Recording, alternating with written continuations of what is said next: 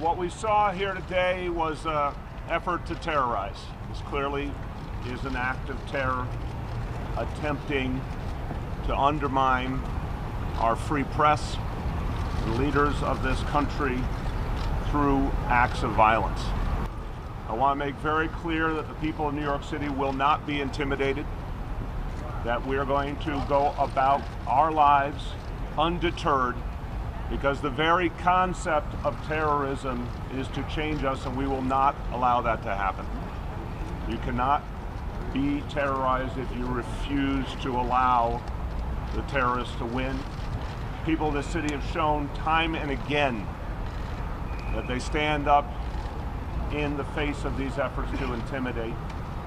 And I want to thank the people of New York City for the way they're handling this situation today. I also want to thank our first responders.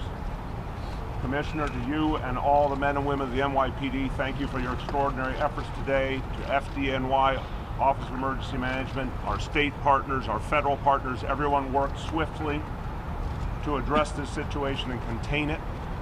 I also want to commend everyone at CNN for the professionalism with which they handled this very troubling incident. We, at this time, do not have other credible and specific threats against locations in New York City. I want to let all New Yorkers know you can go about your daily routine knowing the NYPD and all these other agencies are here to protect you. It's important to note that this is an ongoing investigation. As we have more information, we will provide it. But I emphasize there is no specific threat against any other location in this city at this time. That said, the NYPD and all of our partners have reinforced our very clear, visible presence at key media locations around New York City and other important locations. So you will see a lot more police presence. That should be reassuring to all New Yorkers. Finally, I want to say this is a very painful time in our nation.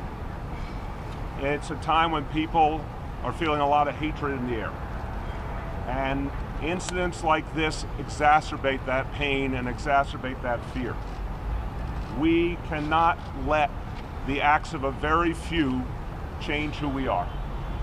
It's really important at a moment like this to remember the vast majority of Americans, the vast majority of New Yorkers are good people trying to live in peace with each other. There are a few people, we don't know who they are today, but there are a few people trying to tear us apart through acts of violence. It is imperative that we ensure they fail. It is imperative that we act as the good and decent people that we are. This is a moment in history that's painful, but it will pass. This too shall pass. But today, the important point is, everyone can rest assured the NYPD and all other agencies are out in force to protect the people of this city and to make sure that they can go about their lives safely. Thank you, Governor Cuomo. Thank you. Thank you, Mayor. Thank you, Commissioner. First, let's remember that we have the best police force and the best law enforcement agencies on the globe.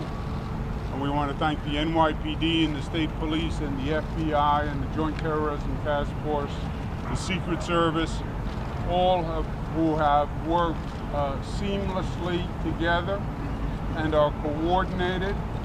And we should take comfort in that level of professionalism that we have in this city and in this state.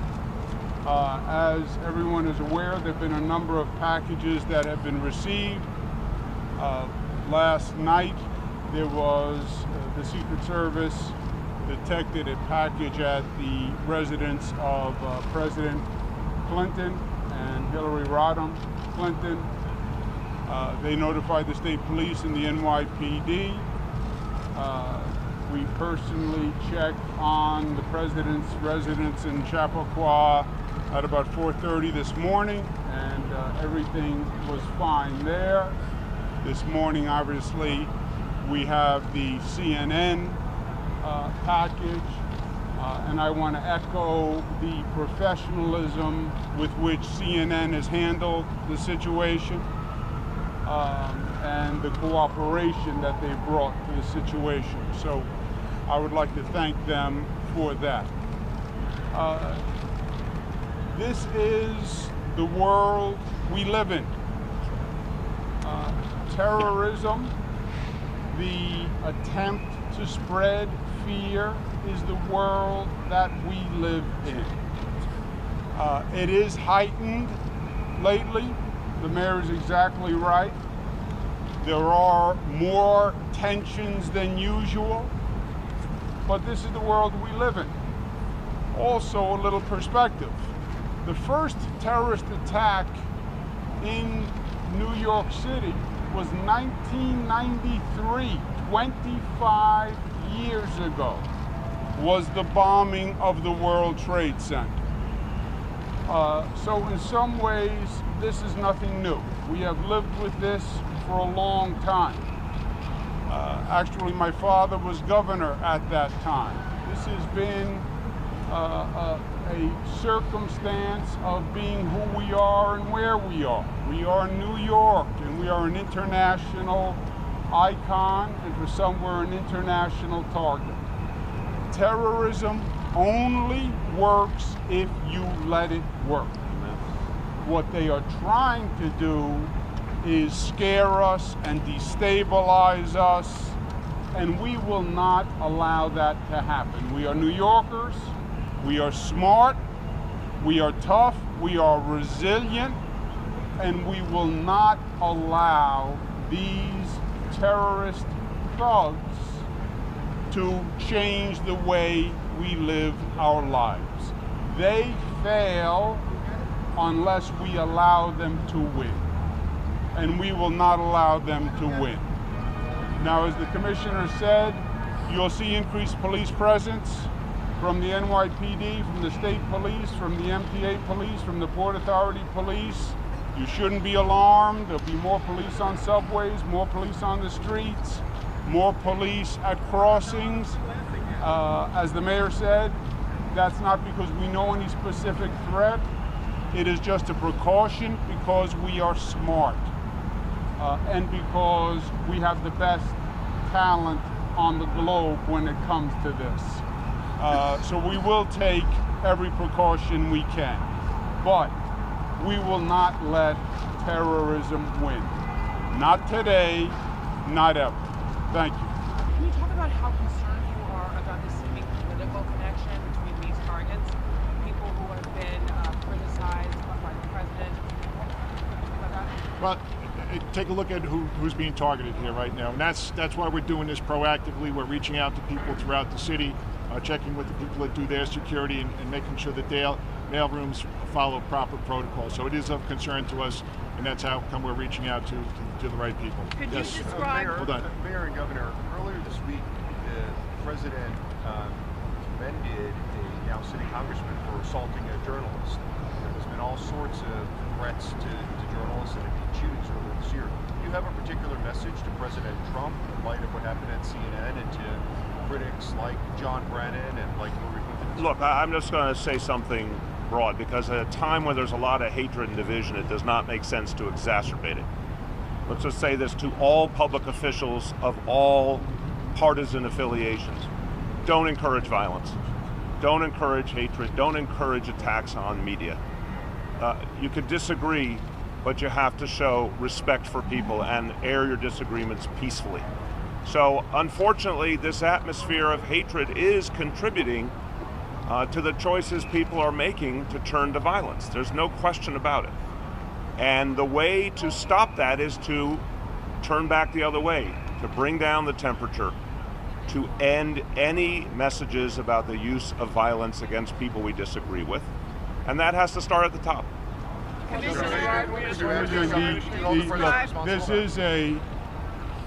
This is a political year. It's a political season. We are weeks from an election, and that's obviously in the air, and that's an obvious fact. But we've been through many political seasons, and we have political differences, and that's actually good for democracy. What is not good is overheated rhetoric, extremism that pushes people to violence. And at the end of the day, we may have political differences, but this is one country. We're all Americans, e pluribus unum, out of many one, and keeping the debate and the dialogue civil is very, very important. And for elected leaders who in many ways set the tone, it is especially important. Can you describe the device? What it looks like? Hold on, right there. Can you describe what the device looks like that was found? John? Sure. Brian Farman from FBI JTTF. So far, the devices have been what appear to be pipe bombs. If I could, I'd like to make a statement. I know that a lot of the public right now is scared and concerned, and there's a lot of confusion surrounding this. I want to assure you that the reason we are here, because the totality of the federal, state, and local authorities will investigate this thoroughly and follow every lead, and we will turn over every rock, we will turn every corner, and we will talk to everybody that we have to in order to mitigate this threat. The mission of the New York Joint Terrorism Task Force is to protect the American people and uphold the Constitution. The utilization of violence in order to further one's own political agenda is unacceptable to us, and we will not rest until we find this, stop these hazardous devices from being mailed, and bring the individual or individuals to justice. We have no better partners in the NYPD, the New York State Police, and the entirety of the Joint Terrorism Task Force. We will be on this until the day that we find this individual and bring him to justice.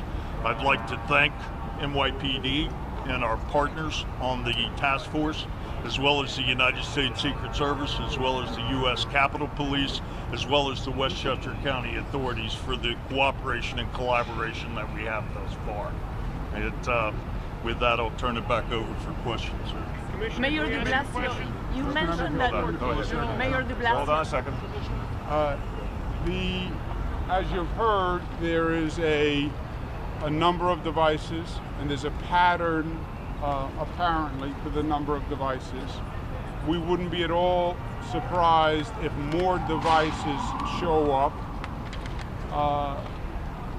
A device has been sent to my office in Manhattan, which we were just informed about, and that device is also being handled. So again, this is a situation. A number of devices have been sent. They're being handled. We wouldn't be surprised if additional devices are sent. And the device that is been sent to my office has been identified and is being handled as we speak. Governor, is it related to these other ones? Are they related?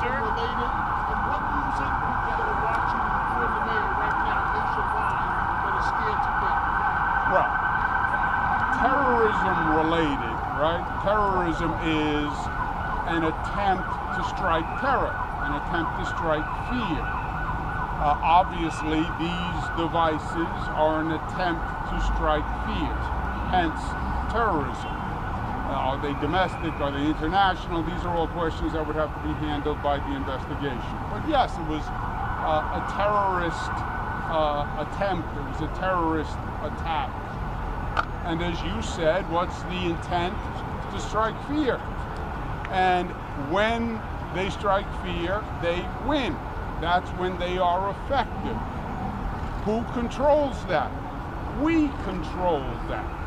We control that. This is not the first time we have been through this. We have been through this many, many times. Literally, as I mentioned before, it goes back 25 years to the first World Trade Center bombing. This is New York. It is part of who we are and part of our profile. So we refuse to be intimidated. We refuse to allow them to make us afraid of going through our daily lives. We have the best law enforcement agencies. We're all working together. We're all here, and we're going to go about our daily lives, enjoying this beautiful city and state, and we're not going to let them win, period. Kate, you had a question? Two more questions, guys? Commissioner, was anything written on the packages? What was the return address? Yeah, Zolan, I'm not going to go into what exactly was on the package. Okay, it was consistent with the other packaging, though. Listen, we have to go back to work, so we're going to give you updates throughout the day. I just want to remind everybody here and all New Yorkers, any tips, any leads, call 911 or 1-888-NYC SAFE. Thank you very much, everybody. Thank you. Any other locations? About the emergency alert that was sent to 10 cell phones.